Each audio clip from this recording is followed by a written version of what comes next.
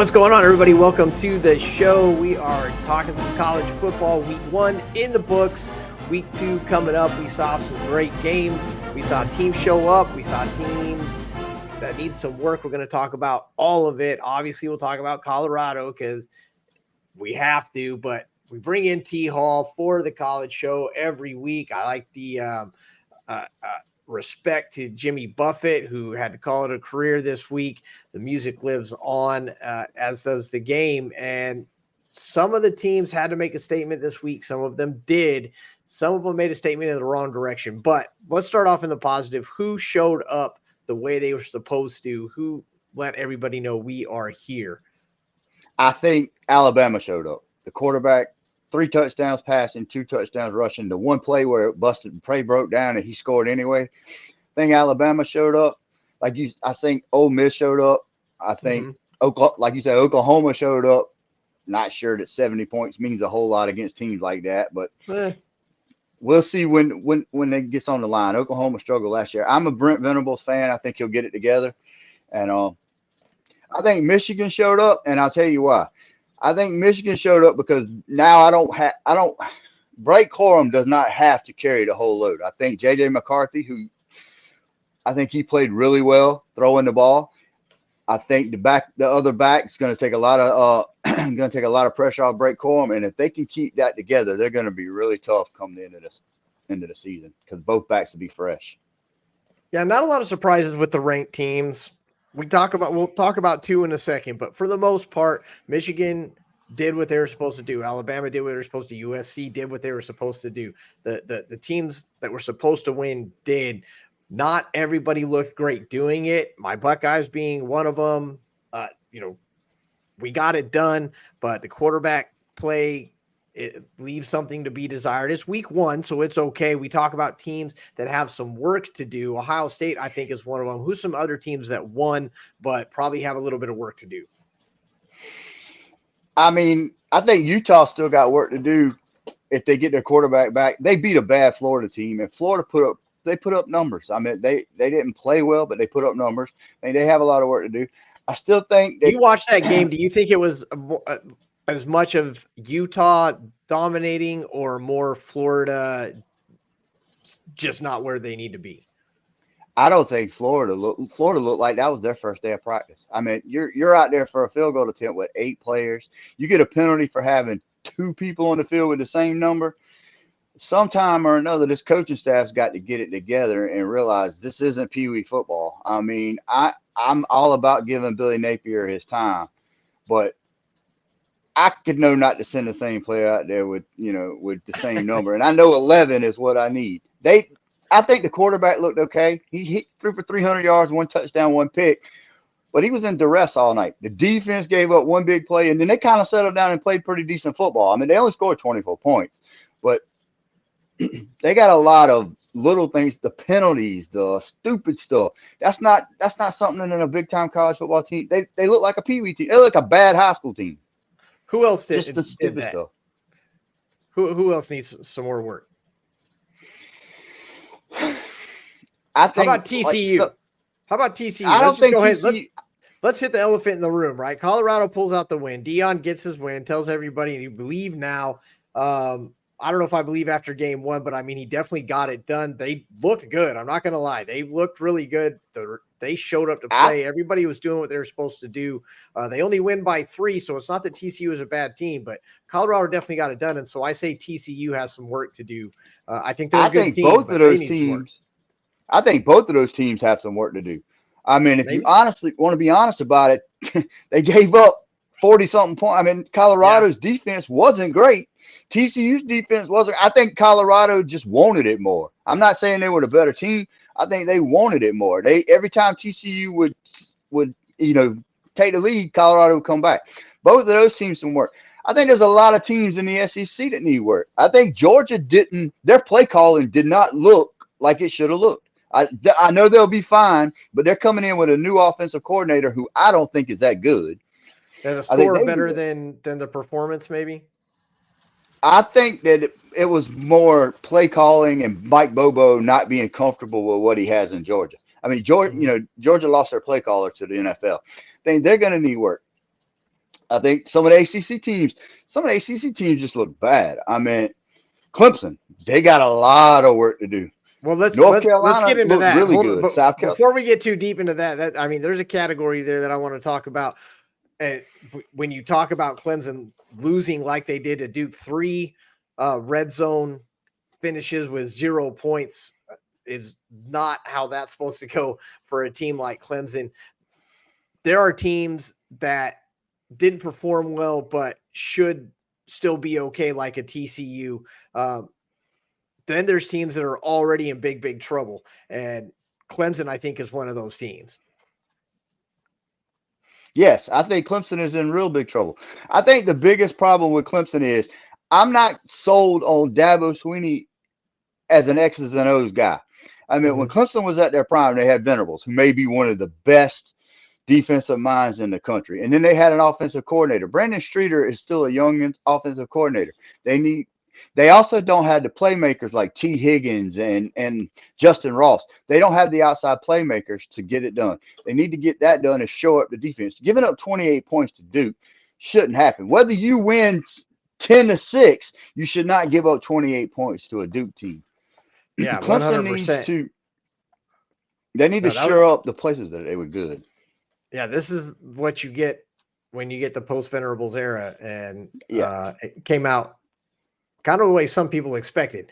We'll see if Clemson can. You're a top 9 team. You're not a top 9 team anymore. That's for no, you're not. Damn sure. Florida upsets LSU. Both teams should be okay because they were both ranked inside the top 10. So, you get one. It just sucks to take it in week 1. And LSU, one of those teams that has some work to do. I think LSU's got more than some work to do. LSU's got internal problems. I mean, when Brian Kelly throws his team under the bus in the media, some of the stuff he said, that's uncalled for. I mean, and I get it. LSU. I read a thing this morning where LSU fans are calling to firing.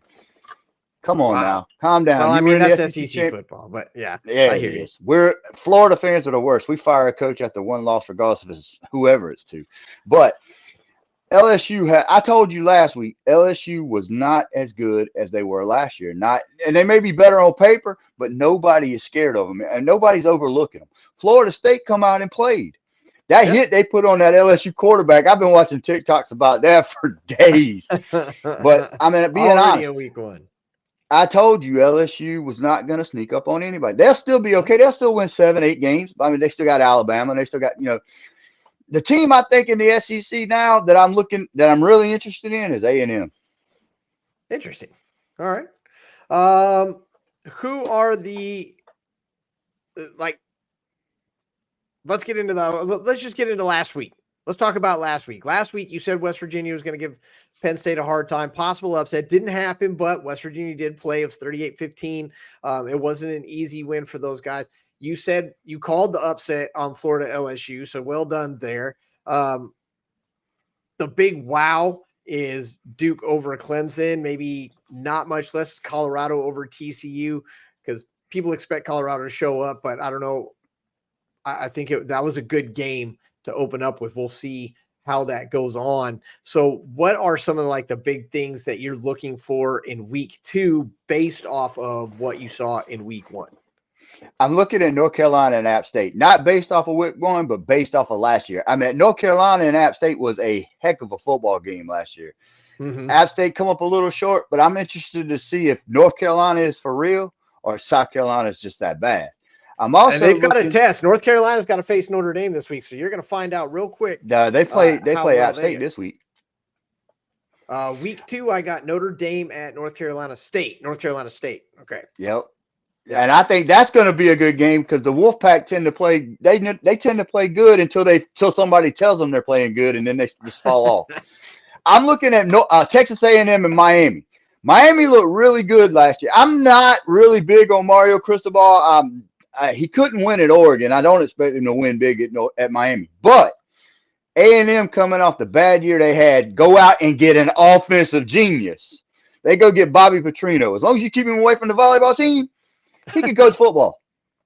But I'm going to be interested to see if Jimbo Fisher is just a recruiter or is Jimbo Fisher a coach and a recruiter. I think Miami's got a shot put up some numbers on A&M. I'm just USC interested to see Stanford should be a decent game from the rivalry perspective, but obviously USC's expected to kind of blow that one out. The game of the week, of course, is going to be Alabama and Texas. Number 4 currently versus number 11. We'll see that change before that game starts. But Alabama, Texas, obviously a great game on paper. Alabama's supposed to get this one done, but you called Texas out last week as one of those teams to kind of watch out for. Texas should have won the ball game last year. A bad call, some roughing the passer on a Heisman Trophy winning quarterback. Texas wins that ball game. This year, I'm a little bit interested to see how Alabama's defense handles Texas. Also, with Texas, what I want to know is how long is Arch Manning going to continue to be the third string quarterback before he says enough is enough? Obviously, they're there. They work with them every week, so I got to give a little credit there, but at the same time, that's what they want to see, right? Like that's what the fans want to see. That's what I'm not talking about the fans. I'm talking about just Arch himself. How long is he going to put up with not starting? Because there's plenty of schools out there he could go start for this year. Yeah, he'll transfer portal if he doesn't get it this year. If he don't start this year, I think you're right. Yeah. I read somewhere where somebody said if his last name wasn't Manning, he'd be a 3-star quarterback. Wow. I mean, I don't think he's that. The position says that. The fact that he's not starting kind of says that, doesn't it? Yeah, they say if his last name wasn't Manning, he'd have been a 3-star. There you go. I'm looking to see Alabama's. That is going to be one heck of a football game that I cannot wait to see. Yeah, a lot of people. That game last year was amazing. The officiating, and there's a reason Texas is in this. I said it should be amazing again. There's a reason Texas is in the SEC now. No, they won't be till next year, but we'll find out. They better be ready because I think it's awesome that they go out and schedule an Alabama team getting ready to come into the SEC because, I mean, if you're going to be ready, you might as well hit the big dogs. And Alabama's as big a dog as there is in the SEC. I think Texas will be fine. We got any big upsets this week? I could see North Carolina State beating Notre Dame. Wow. I'm not calling I could see App State getting North Carolina a good game. A&M and Miami, I could see Miami pulling that one out just because I think Tate Martell is Van Dyke is a great quarterback. I could see that being a good game. I think Miami beats A&M because I think their defense is fast enough to stop Bobby Petrino's offense, and I'm never sold on Jimbo Fisher. Aside from that, the two games you mentioned, the Notre Dame, North Carolina State, the App State game. Well, I guess in the Alabama Texas game, week 2 is traditionally even more of a cupcake week than week 1. I think week 2 is kind of like where you start settling your guys. So it's good to see some nice games on the slate. I don't know if there's any like big upsets. I mean, you'd call it an upset. Obviously, it'd be an upset if North Carolina State won, but I don't know if those other ones, App State or North Carolina, is like a huge upset. And of course, Alabama, Texas, someone's got to win. So I don't know if that's a huge upset either. And the nice thing about that is someone's season isn't over there. You have 2 quality teams, and someone is going to lose that game, but the season's not necessarily going to be over because it's 2 quality teams. No, and I think if Texas would had the easier road if they do lose. I mean, outside of Oklahoma, but Baylor lost last week. Texas Tech lost last week. I mean, outside of Oklahoma, and I'm not sure how good Oklahoma is. I mean, we don't know. We'll find out. Yeah, we'll find out. I think Texas will have an easier road to go undefeated. I mean, Alabama still got they still got the gauntlet. I know everybody says, well, Alabama don't have a schedule. Those teams are still gauntlet. I mean, it's but still they the always SEC. say that, and they still have to play in the SEC, so they have a schedule. That's right. It's just not necessarily as deep as maybe some other teams. But get mad because they're smart about how they schedule their games. Go ahead, like they do it better than you, and so go ahead and get mad at them. Last thing, I want to get your take on one thing before we head out today, and that is the conference migrations. The season of Power 5, the era of Power 5 is done, and it kind of has been done, but we've still called it Power 5. It is now officially absolutely over, as pretty much everybody in the Pac-12 is going somewhere else, either the ACC or the Big Ten. How do you feel about that? It's a big change for college football. It's a big change for these conferences. what are your, as a big college guy, what's your take on this? Well, in my opinion, they've always said in the past when it was the BCS is that it was travel. It was take too much time out of the classroom for to have a playoff. And now you're going to tell me Clemson's going to go play in Stanford or Clemson's going to go play at Cal?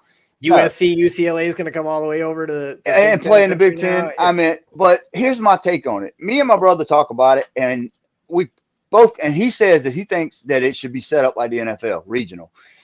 Mm-hmm. And I don't disagree with that. Let's make it where. But now they've destroyed that. They've destroyed. Well, it was, but I'm talking about get rid of. I mean, don't let Power 5 or whatever they are now. Now that you're doing this and you're ruining college football, quit playing the Furmans, quit playing the coastals and stuff like that. Play the big boys. You want to be there, be there. Let's quit playing these little. I mean, I understand it's good for the little schools because they get paid. But when you get teams like App State who beat Michigan and then Michigan don't want nothing to do with them no more, they don't get paid as much. App State can't get paid like they used to get paid because they upset I saw something that SMU isn't even going to get paid for like 9 years after they make this. Yeah. Yeah, well, all they gonna do is pay their players with the money anyway. It doesn't make any sense. Why make the move then? If you're not gonna get paid for a decade, why not just wait a couple of years and then make the move? I don't know. Where else you gonna go, Chris? I mean, you got to go. I mean, why you necessarily have to go anywhere. I mean, you're still gonna get ran up and down the field. It doesn't matter what division you go to. So what the hell? Well, you may as well stay but now you're gonna make any sense. I don't like calling it the Atlantic Coast Conference anymore. Or it's not. No, at least in the South. Do you think they'll change the names of the conferences? I think they'll have to. They have to, right? They have to. I mean, at least in the SEC, you're adding Oklahoma and Texas. They're at least in the south of the United States. You're Stanford, Cal, and SMU are nowhere on the East Coast. Yeah. I mean, the Big Ten doesn't at least geographically say Atlantic Coast. No, that's true. 100%. And so they might be able to get away with something there. But that's what I'm going to miss. I like the change. I like the shake-up. I think it's good for college football to shake things up every now and again because it is such an interesting dynamic. Obviously, you have, 117 teams or however many teams it is, and you have to do something. You're not dealing with just 32 teams like the NFL. So you have to do things like this, and I'm okay with that. What I'll miss is the tradition of the Power 5. And like you said, a lot of these names are going to play change and stuff like that. So the tradition will be the biggest change for me. But I think you're going to get better quality games eventually. I think it'll help recruiting, especially with players getting paid now. You almost had to do something. Yeah, but how do you feel about like non-conference schedules? You think they'll go complete conference? Like, I don't think everybody's pretty well. They could now, and maybe that's the thing here, right? Because before you couldn't go conference only because it would hurt your ratings. You'd be playing to the demographics of the conference. Now the conferences are spread all over the country, and so you might be able to get away with playing only conference games and still. How do you constitute playing only conference? You kill some big rivalries. You would. But they especially in the part of the state where in the part of the country where we're at. I don't think that, but aren't the big rivalries though the conference games? I mean, you talk about rivalry week, 9.5 out of those games, 9.5 out of 10 of those games are conference rivalry games. The game. I can name 5. I mean, you're talking about South Carolina and Clemson. What would happen in the state of South Carolina if you done away with South Carolina and Clemson? We'd stop getting a lopsided rivalry every single year. I don't think it's lopsided anymore. South Carolina pulled the upset last year, and I don't know that South Carolina can't do it this week. Yeah, they both suck. Yeah, they both suck. Well, my point is though, you don't want to get rid of that rivalry. You can't go conference only unless you bring Clemson over, because that rivalry is what makes this state. I don't know if anybody cares except South Carolina and Clemson. But they care a lot. Yeah, but the nation cares about Ohio State, Michigan. The nation cares about Alabama, Georgia, Alabama, Auburn. The nation cares about a lot of these big rivalries. The nation cares about Florida State, Georgia Tech. Nobody. I don't know that anybody cares except South Carolina against those two teams. But I'm just saying, from where we're standing, to get rid of that game you would cripple college football in the state of South Carolina for however many years. Because there are people that live in South Carolina. South Carolina cripple itself. Yeah, well, that's a whole different issue. But I think there are people here that live for that game. That's their Christmas, their New Year's, their Halloween, all wrapped into one. Whoever wins it, they write that game on their calendar every year. You're talking about a rivalry. And like I say, I'm not a Clemson, North Carolina fan, but I live in the middle of that rivalry. If you were to get rid of that rivalry, football would change. I guarantee you the stadiums would not be what they are right now. That game, that 1 year that game wasn't played, this place like to shut down. I don't know, but I mean, their fan bases follow anyway locally. I mean, South Carolina Stadium's filled every week. Doesn't matter who they play. They're fans. Yeah, but beating they like Clemson that is game. just something to it. I don't know. We got to end the show, but we appreciate everybody coming in. Give us your comments. Give us your thoughts and on what we say. Give us your predictions for week 2. We've given you some of ours.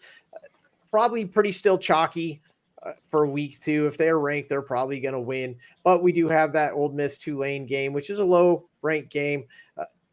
Notre Dame, North Carolina State, though, should be a good one. We got the App State game against North Carolina, again, low rank, but it should be a really great game. And, of course, the granddaddy of the week is going to be Alabama and Texas. Some good college football this week. It's just going to keep getting better, just like this show with T. Hall. T, thanks for coming in. We're going to talk more college football next week. Week 2 will be over. Week 3 coming in, and the matchups keep getting better. We look forward to seeing you guys. Have fun with some college football, everybody. Be safe, and we'll see you guys next time. Go Gators. Go Buckeyes.